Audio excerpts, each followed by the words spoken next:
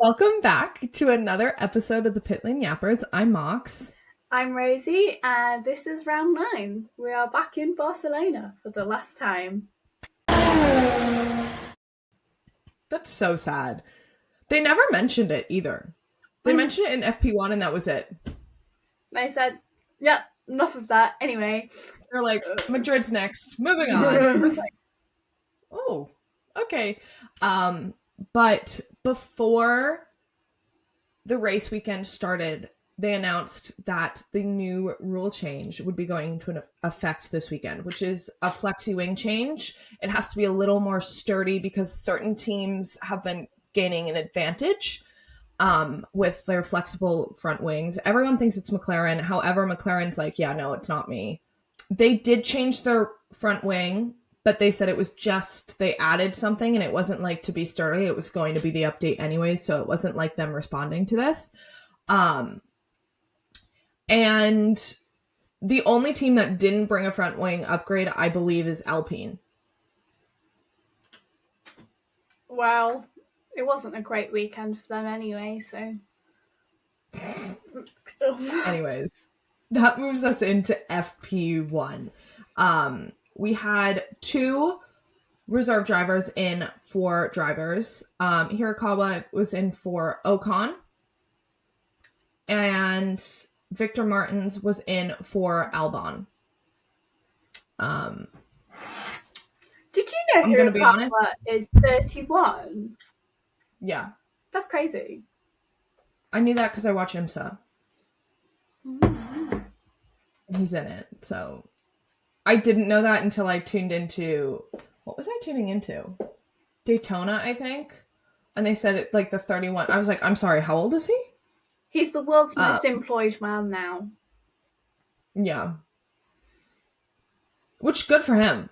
Yeah. And apparently people were thinking that he's being put into Haas really frequently because Toyota might be their engine supplier for next year.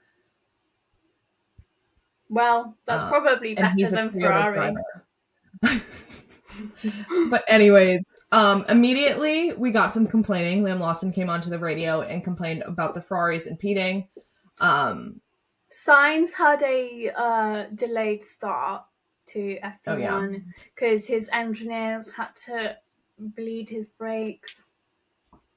They also were having a lot of effects. I think it was Alex Brundle who was saying that if you fix the front wing, the aerodynamics on the entire car is completely different. Like, it messes up the entire car. So it seemed like Williams was really having problems with the aerodynamics. When Sainz got onto the track, he was complaining about it and Martins was complaining about it, but they weren't complaining about it during the race. So I think Williams fixed it, but like they had to fix like the rear suspension so the aerodynamics worked. Yeah. Which is like kind of crazy to think about that. Yeah, quite literally I could never do that. I just don't possess the brain capacity for that. Yeah. 40 minutes to go, Alonso flew to P2 and I was like, yeah, and everyone's like, oh, it must be the home race. And I was like, okay, and let him have something. My only note regarding Alonso in FP1 is Alonso unhappy. Yeah, they were doing different like setups electronically, like obviously not like changing his car, but like, you know, the electronic setups. And they were like, okay, Alonso, how's this one? This is the new one. And he goes, yeah, I just want the car engine in the straights. But I was like, I'm sorry, you don't have the engine in the straights. But overall, I feel like all 3 free practices were fairly boring. Pretty standard. Like, it's not that like, oh, it's so boring. Like, I wish there was a crash, but I wish there was like a little more drama. Like, Sainz had a brake issue. Okay. It was, just completely standard across the board, which is not really something we've had this year, so. So it was Lando P1, Max P2, and Lewis Hamilton P3. He's been good. He's always been good around Barcelona. 6-time winner. And Max and Lewis have been the only winners since 2016 around, which is insane. Was literally 9 years ago. Kind of insane, but that takes us into FP2. And boy, was the pit lane busy. Nico was trying to get out, and Max, and I don't know who the racing bull was. I think it was Isaac. Yeah, I was going to say, I think it was. But they were like, yeah, no, you're not getting out. Like, Nico Hulkenberg just waited. He was like, okay, I guess I'm the last out. But it didn't seem like he needed that much time when we get to the race. No, he was flying. But Ferraris were immediately struggling. Yeah, off at turn 9. I find it really funny because I think it was Charles who was like, yeah, Barcelona, we made our setup for a track like Barcelona. And then after FP1, he was like, so our setup was not made for Barcelona. He was like, they lied to me. But Alonso got very annoyed with Lewis very quickly. And while Lewis and Fernando were fighting, Charles and Max were fighting. It's like they were like, oh, let's pick our long-term rival. We're gonna have beef with them right now. And while that was going on, Ollie actually spun in the Haas, and he didn't go into the wall, but he did go into the gravel, so he had to go back to the pit lane to get that fixed. Haas, kudos to you. They fixed that. Yeah, the commentators said he was very lucky not to like have a big crash there. And do you want to know who was struggling, which was not shocking with how the past few seasons have been, but for this season was Williams. Albon only had a few runs in FP2 and FP3. He wasn't in FP1 because Martin's got his car. Sainz was really struggling. And this is also the free practice where they were like, so Carlos Sainz, since his rookie season in Barcelona, has never finished in Barcelona outside of points. And I think it was DC who was like, well, I think that's going to change this weekend. Well, I was like, that's embarrassing. And to finish out that session, George looked very comfortable. Very comfortable in that car. But it was Oscar Piastri who went fastest. Then it was George Russell, and then Max Verstappen. This was a session where I was like, okay, Max is going to get on the podium. That's why I put him in my prediction. We'll talk about that, but anyways. FP3. Lewis immediately started having issues with shifts and upshifting and downshifting. His engineer was like, okay, and shift to whatever. And he's like, yeah, I'm trying. It's not working. I was like, okay, I'm so sorry, Rosie. Well, Charles seemed to be okay, so... Charles seemed like he was getting into a rhythm, but he was like, at the post-practice interview, he's like, yeah, we still have a lot before qualifying. And I was like, great. You want to know who was really slow? Who?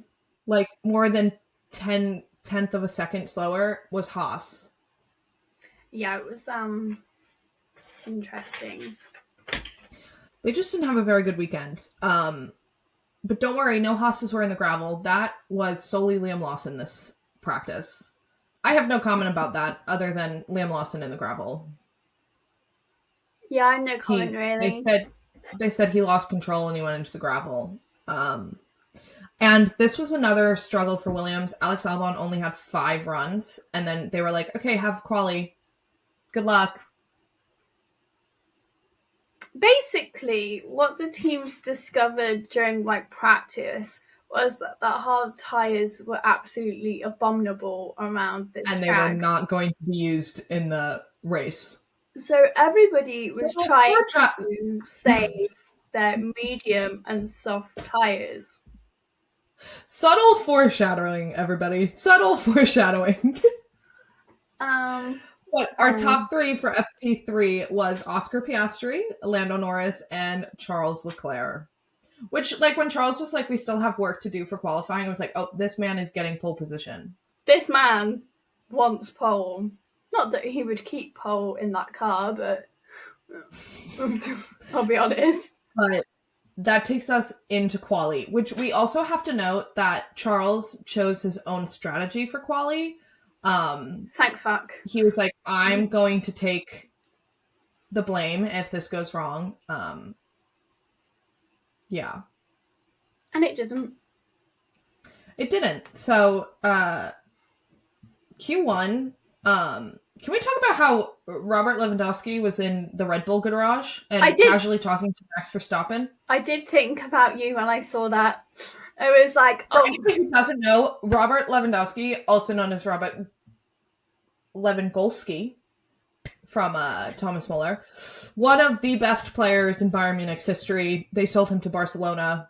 It's a bad day for me. But I love him. I adore him. So he popped into my screen and I was like, whoa! Also, the entirety of the England squad was Jude Bellingham in the Merc garage.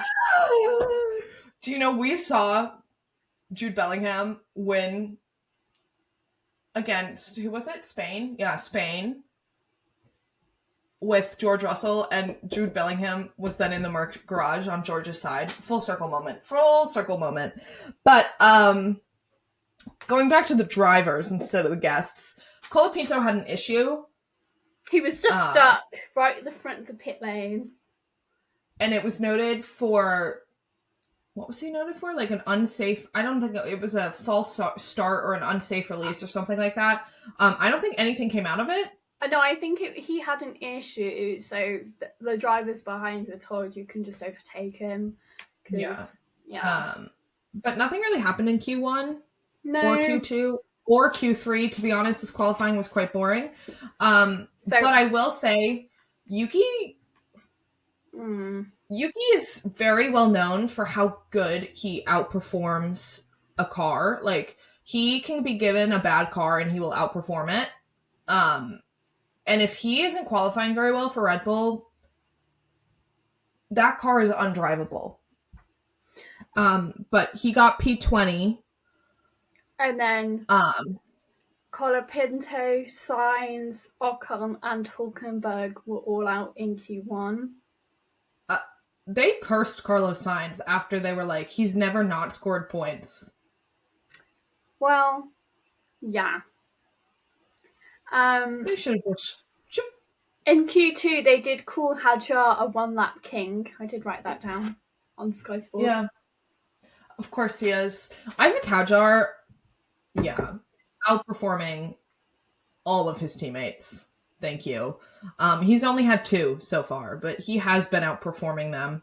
I will also say, it's only his 9th race and he's had 2 F1 teammates. Liam Lawson and Yuki Tsunoda. I will say Yuki had been keeping up with Isaac. Liam Lawson, I mean, I will say Liam Lawson was not the driver they were making this car for. And now Liam Lawson is a more experienced driver, so now they're like trying to change the upgrades to fit Liam Lawson and not Yuki. I don't know if that's working, but it didn't work for Q2 because the drivers that were out were Ollie Behrman, Lance Stroll, Liam Lawson, Gabriel Bortoleto, and Alex Albon. A very bad day for Williams. Q3 was pretty standard. Okay, I have a comment about Aston Martin. First of all, Fernando Alonso into Q3, baby. He was really happy, his little radio of woo! Like, he was so excited. And then he was like, can we go again? And Aston Martin's like, no, we're happy with this pace. And he dropped to P10. Because they didn't want to run again. But the crowd cheering for... I cried when the crowd was cheering for him.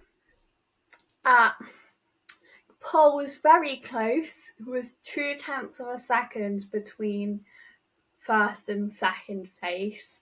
And it was a McLaren front row lockout with Oscar taking pole.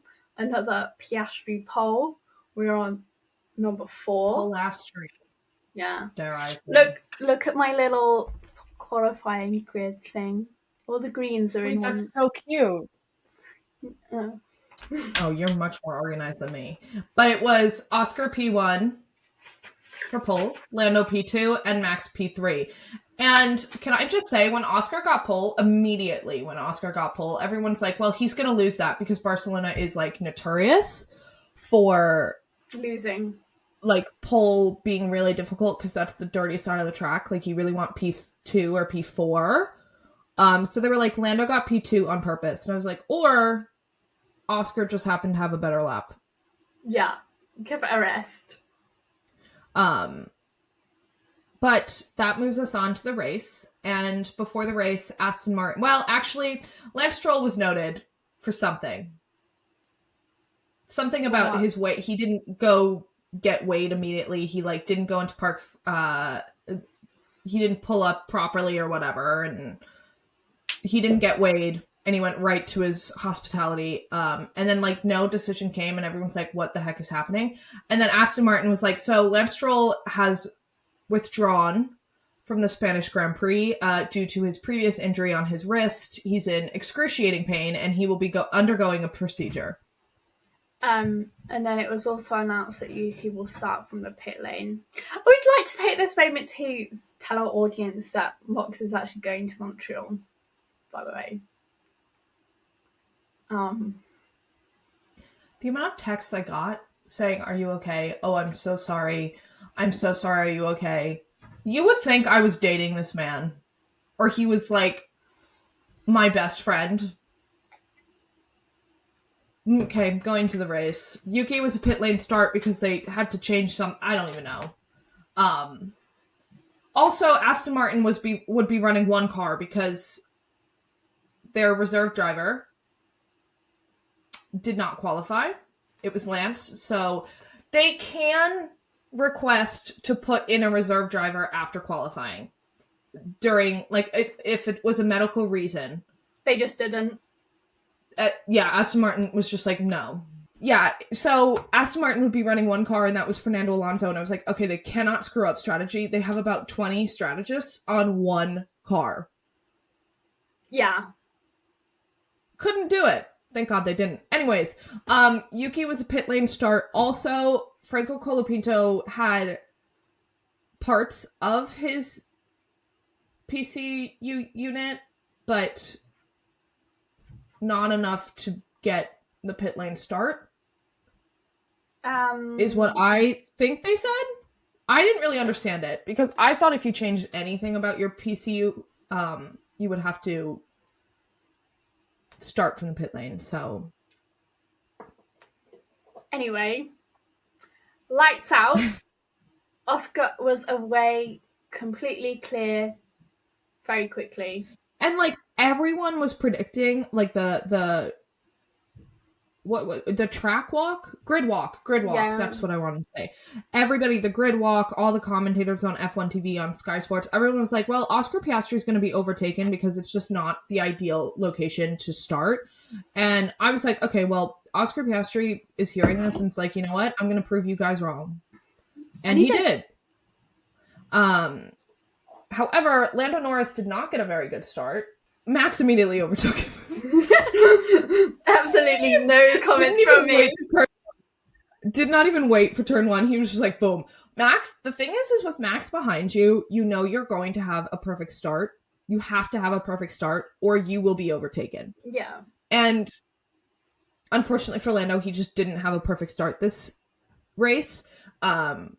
He's been having really good starts, so the fact that this is the race he didn't have a good start, kind of unfortunate. But it wasn't like Max overtook him and he was gone.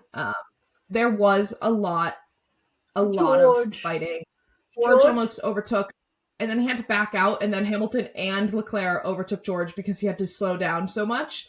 And I was like, well, that's not what Mercedes wanted. And then Hulkenberg was noted for leaving the track and gaining an advantage, which, well, and then they replayed the footage and he leaves the track, crashes into Albon, and goes back on. And then Albon had front wing damage. Like, not a lot, but like... Yeah. Yeah. Also, we need to talk about the polar bear in Texas, okay? And it's not Nico Hulkenberg. It is Fernando Alonso. He went from P10 to P7 starting. And everyone's like, oh, he had to have a false start or like an early start. No, he just had a perfect start because his reaction times are perfect. He did lose it. He did drop to P11. But he was racing like Isaac. He was racing, I think it was Hulkenberg. Probably. I also, in the early laps of the race, even though Hamilton qualified ahead of Leclerc was up to 1 second. Okay, we're not there yet. First of all, lap 7, it was Charles and Hamilton. They were racing. This is we're getting there. We just have to comment on this. And I will say, they were racing. They were respectfully racing though, so like it wasn't like Hamilton and Charles did get kind of close together for a few turns, but overall they were like racing but respectfully racing because they knew they were on the same team, and Charles was playing the team game. He did not come onto the radio like he did, was it Imola? Yeah. Where he was getting faster. He said nothing, but that went on for 3 laps. And then lap 10 is when Charles was told he can overtake Lewis. Lewis was given team orders. I feel like that was too long. I feel like, I don't know, maybe Lewis complied with the team orders no problem because he knew Nico was in the commentary box. And I have comments about Nico Hulkenberg. No, Nico Rosberg. I meant Nico Rosberg. So there's too many Nicos. What is his problem with Oscar Piastri? We'll get there. Anyways, we'll get there because that was like lap 50. Anyways, lap 12 is when Max kind of went with Oscar. He kind of went out into the far distance. And then on lap 12, Max came in and was like, hi, I have no grip compared to them. Talking about the McLarens. And GP was like, understood. Said nothing else, just like, yep, we know. And then lap 13 is when Lando passed Max again for a McLaren 1-2 again. And then the next lap, Fernando was in the gravel. He was overtaking where he wasn't supposed to be overtaking in turns that were like way too tight. And he was overtaking and people were like, nobody ever does that. I was like, okay, you should know Fernando Alonso does stuff like that all the time. But it seemed like, I think it was understeer, too much understeer, and the car just wouldn't turn into this turn, and he went right into the gravel, and I was like, if gravel takes my driver out, I'm gonna lose my mind. Fortunately, it didn't, but I did kind of panic, and I do think that gravel trip to the gravel did kind of affect his race a little bit. I feel like he probably could have gotten a little bit higher if he didn't get the gravel because he did get some floor damage. But then on lap 16, they pit Alonso. And I had to note that because did you see how long his pit stop took? I knew it was long, but I can't remember. 3.6 seconds. Aston Martin, what is happening? You have 2 pit teams to use, and it's 3.6 seconds. What? There was no comment from Fernando, which means he was upset. But that was about the time they pit Max for the first time. They also pit a lot of people very early. Yeah, and for Max, the first time is definitely an appropriate thing to say because I don't even know what lap it was because I think it was like lap 13 or 14. But It was a fast pit stop, so I didn't write it down. I only write down the slow ones or the really fast ones, like 1.8. But lap 19 is when Max's tires kind of warmed up, and he was flying. He was setting fastest lap after fastest lap after fastest lap. And that was also when they pit Lewis. Yeah, Max was leading on lap 23, which means that Oscar and Lando had pit as well.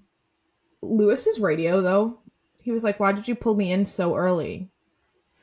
He sounded so sad and depressed. And they were like, to protect the undercut from Mercedes, not from McLaren. Mercedes didn't fall for it. But then lap 21 is when Lando pit. And then lap 22 is when Oscar pit. So Max led into lap 23. They were very fast pit stops. But that's McLaren. We're expecting it. No, because they normally fuck up Oscar's pit stops. And it was... Usually they do have like one pit stop, depending if Lando or Oscar. It's usually Oscar because they usually pit Oscar second. But they were quite clean. Yeah.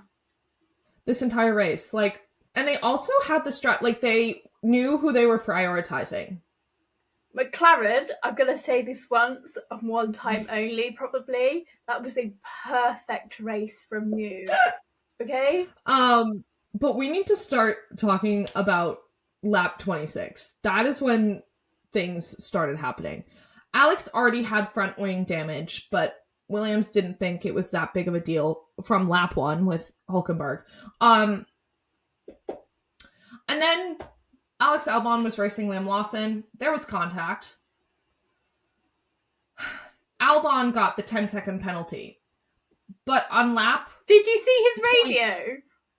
Lap 28 is when they pit him to DNF. It is when the 10-second penalty was announced. So Alex got out of the car. They put him back into the car. He did one useless lap, served his penalty, and then DNF'd. But he stayed in his garage because they were still debating whether to give him another penalty for another thing that I think was just... They were like, when he pulled in, they were like, okay, keep the car running. You've got a 10-second penalty. And he was like, for what? And he was like, you've got a 10-second penalty. And I was like, for what? Just keep... For what? It's like Kimi Räikkönen that one time. It's like, okay, Kimi, we have a stop and go. For what? For what? For what?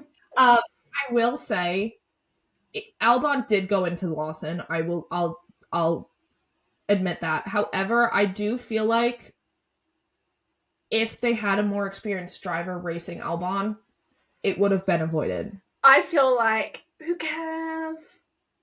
Who cares? But on lap 29, it was official. Alex Albon was the first DNF of the race. Lap 29 was also Max's second pit stop. Bear in mind, people, this race is 66 laps and it's long. Supposed to be a 2-stop and Max has race. Made 2 stops before we're even halfway through. And then it was kind of boring until lap 51. Yeah. Max came onto the radio and he goes, so this ride is completely broken. GP's like, okay, got it. Like, I understand Max is telling them this to fix the car for, like, the next race. However, like, what do you think that team's gonna do? They're like, okay, whatever. Not my... And then lap 52, this is when I was like, all right, Lawson, you need to get out of the sport. So with Barcelona, it's a pretty short track. So most of the time, the top 5 overtake the bottom 5. So Lawson and Behrman were racing. They got a blue flag because Oscar, Orlando, and Max were right behind them. Oscar got through, no issue. But Liam Lawson was like, you know what? Ollie has a blue flag. That means I can overtake him. He goes to overtake Ollie. Ollie is like, what the heck is this guy doing? He swerves, goes off to avoid Lawson because Lawson has to move over because Lando is coming right through.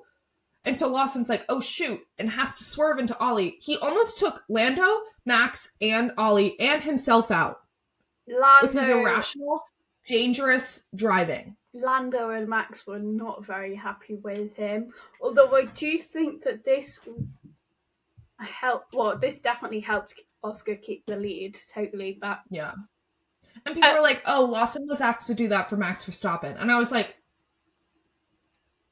he was asked to take him out? What, hold him back? I don't think what?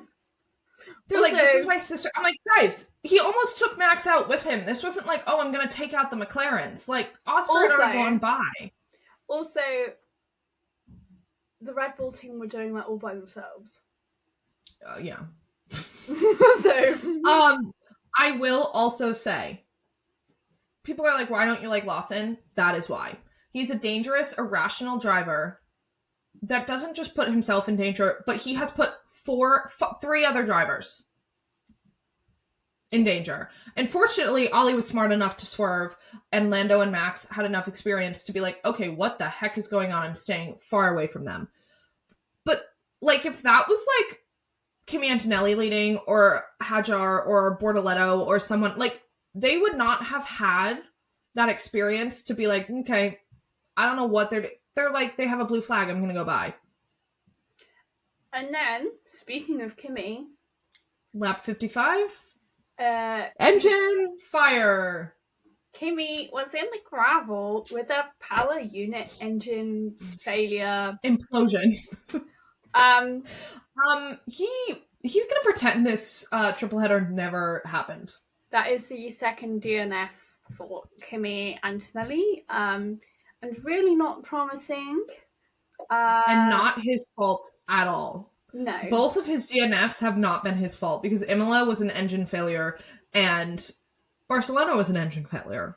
Which, again, Mercedes supply, Aston Martin, McLaren. Don't. Well, we already have an engine. We already had an engine problem with Fernando, so it's fine. And that brought out the safety car. Yeah. Like a full safety car as well. Which is kind of crazy, because I'm like, it's pretty far into the gravel. Yeah, I thought it was going to be the car took forever. Mind you, everyone was pitting. Yeah. So the safety car lasted 5 laps. And this was when Max pit. Remember when Rosie said everyone discovered that the hard tire is not the tire to be on? This is not the tire anybody wanted. They all used their hard tires because they wanted to save all of their other tires. Max pit for the fourth time. Yeah, the 4th time, baby. And they put him on hard tires. They double stacked McLaren, clean from them. I know they pit Alonso, but this was me. Well, they pit most people. They put Fernando. He was the last to pit, which means he had the freshest tire. Which, by the way, I think was Alonso's. Alonso came in and said, I want to put on soft tires. Everyone else pit. I want to be on the freshest tires. Welcome back, Crashgate. Wow. He was like, you know what? This worked for Renault. Let me do it here. And he was on the freshest tires on the restart, which was lap 60. This was also the time where Max was like, why are we on hard tires? And they're like, it's the only tire we have. And he goes, yeah, but why? This is when Max really disappointed me. Can I just say, Nico Rosberg is so funny. That man is so traumatized by Max Verstappen. Because in the commentary box, he was like, well, when you have Max behind you, it's just horrible. It's just horrible. Or like, within that gist, I'm like, Nico, you're just talking about yourself. Yeah. And so lap 61, Charles overtook Max. They did have contact. Max said he rammed him. But Charles rammed into Max. Now, if you watch it, that's not what happened. It was a little... at all. But he was like, he has to give that position back. It was noted, nothing came out of it. But lap 64, well, actually, I think it was lap 62 or 63, Max got a little aggressive. And so he overtook George off the track. I have that Hulkenberg was 7th at this point as well. Oh, he gets his own thing. I'm talking about Max, then we're going back to Hulkenberg because he gets his time to shine. So he overtook George off the track. They were like, okay, he's going to have to give that position back. I think it was lap 63, and then lap 64, he was told to give the position back. And he's like, why?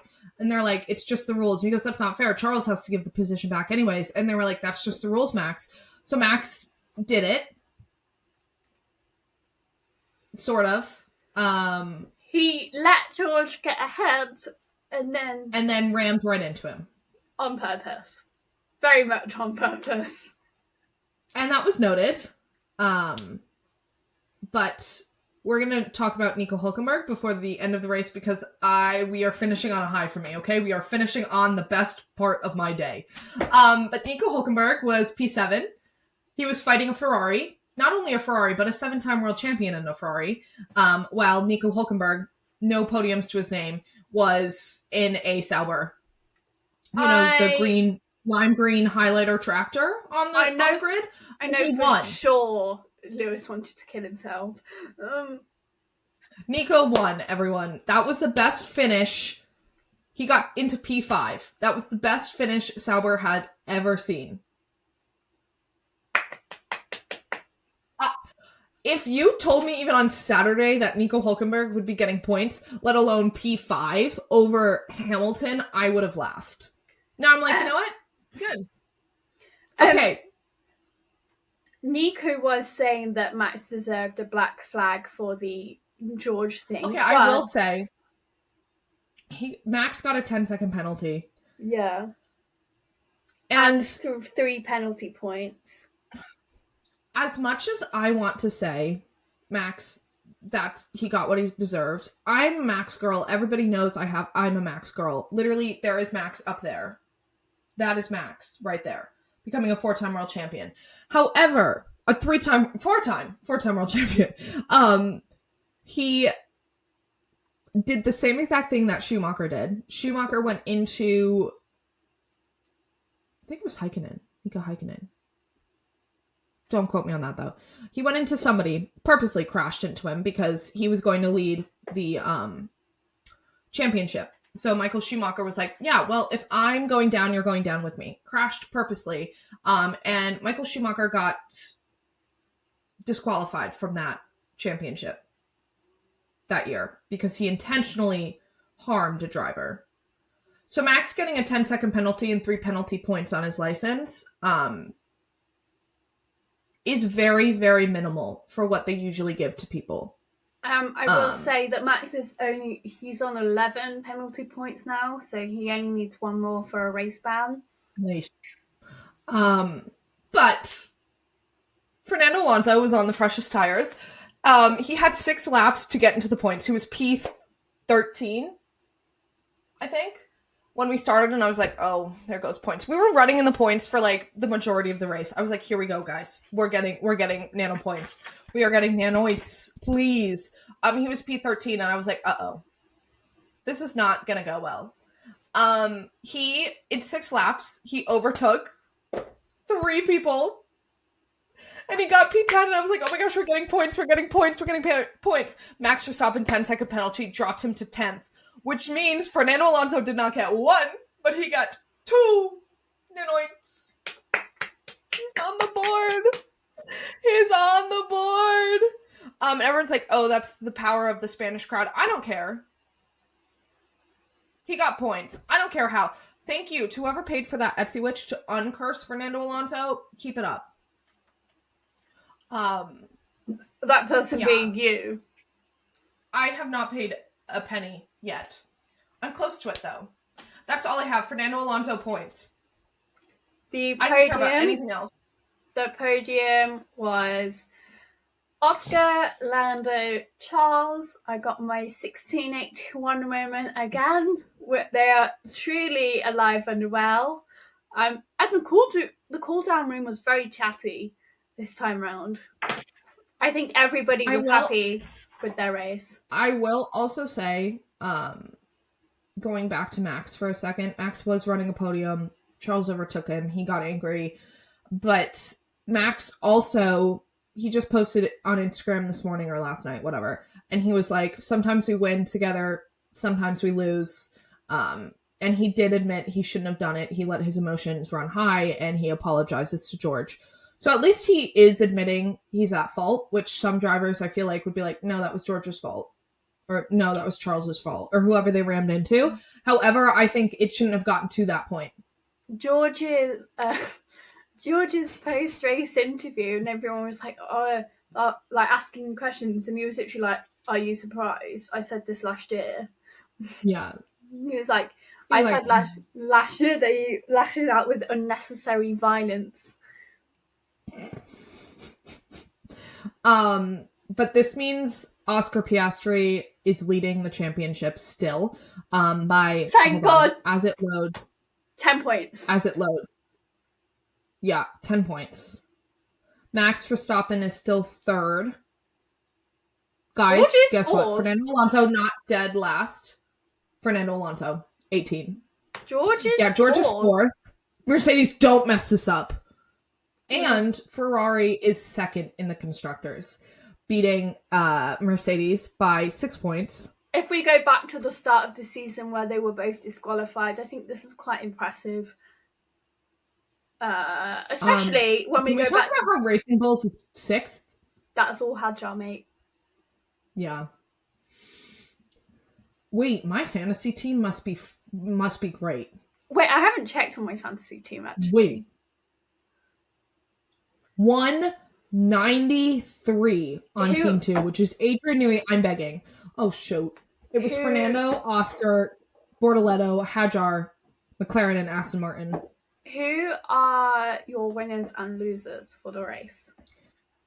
We also have 2 winners and losers of the triple header. The winner of the race for me, though, is Fernando Alonso. Thank you very much. Yes, 2 points. I know who you're going to say, which is why I didn't say him. Oh, my winner would be Oscar or Hulkenberg. I thought you were going to say Hulkenberg. So I didn't say him. But Hulkenberg, very impressive. P5 in that fuck-ass car. And then who's your loser? Antonelli. I think it's going to be Liam Lawson because Antonelli DNF'd not on his fault, by his own fault. No, but Lawson was just an immature driver. I think Antonelli, just because he was running a good race before. Yeah. And then, yeah. So who's your winner of the triple header? McLaren. But specifically Oscar. He's won 2 out of 3. He's leading the championship. Rounded off with a perfect race. And he has really cool siblings who are outdoing him in every way. True. Yeah, I'm going to give it to McLaren too. They're just like on the top of their game. Yeah. But yeah, for those who don't know, Oscar's sister, Eddie, was in the paddock, and she is so cool. Literally, they showed her, and I was like, "Who is this?" And then they showed her hugging Oscar, and I went, "Oh, yeah, so cool." I was like, "Wow, that girl kind of looks like Oscar, but she's way too cool to be an Oscar sibling." I should have learned. From Hattie, but every time I see one of his siblings, he goes way down. He's like the least cool out of all of them. And then who is your loser for the triple header? Mercedes. Wow, we have the same winner and loser. Yeah. Yeah. Mercedes, I feel like, is going backwards. Kind of like how Aston Martin was doing the past years. Just 2 DNFs, just not very good for them, really. And like Kimi not being happy with the car, he's a rookie. I was expecting him to struggle, but George was also really struggling. Yeah, and that car is made for George. Yeah, so it's just I feel bad for Mercedes. You're going backwards. I have no notes other than that's unfortunate. Yeah. But, yeah. that is our Barcelona recap. Next up, we have 1 week, and then we have Montreal. I will be there, everybody, with my dad. Our dad. I'm very excited. This is my dream Grand Prix, everybody. Dream Grand Prix. And before somebody's like, that's so stupid to have a dream Grand Prix beat Montreal. I like the track. I like how chaotic it is. Okay? Get me to Monza. You actually cannot predict anything that's going to happen in Montreal because the weather's so unpredictable. You could be like, oh, Oscar Piastri's on pole position. And then it like hails and he slides. And all of a sudden, Nico Hülkenberg is P1. Okay? So get me to Monza, but only if a Ferrari win. I need time travel so I can go to Monza 2024. 2024. That was it. And we will see you for Montreal. We will see you then. Bye. Bye.